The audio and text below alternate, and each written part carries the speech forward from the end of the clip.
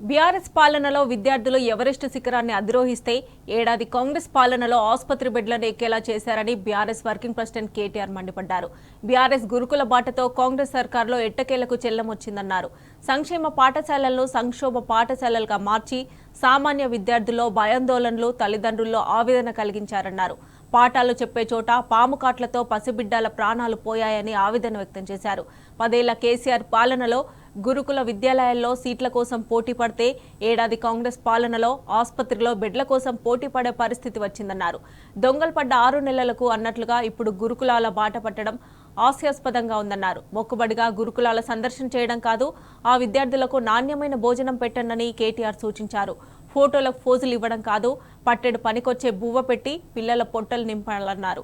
కెమెరాల ముందు హంగామా చేసుడు కాదు, గురుకుల బిడ్డల గుండె చప్పుడు వినండి కోరారు. మంది మార్బలంతో దండయాత్ర చేయకుండా గురుకుల సమస్యలను తీర్చే ప్రయత్నం చేయండి సూచించారు.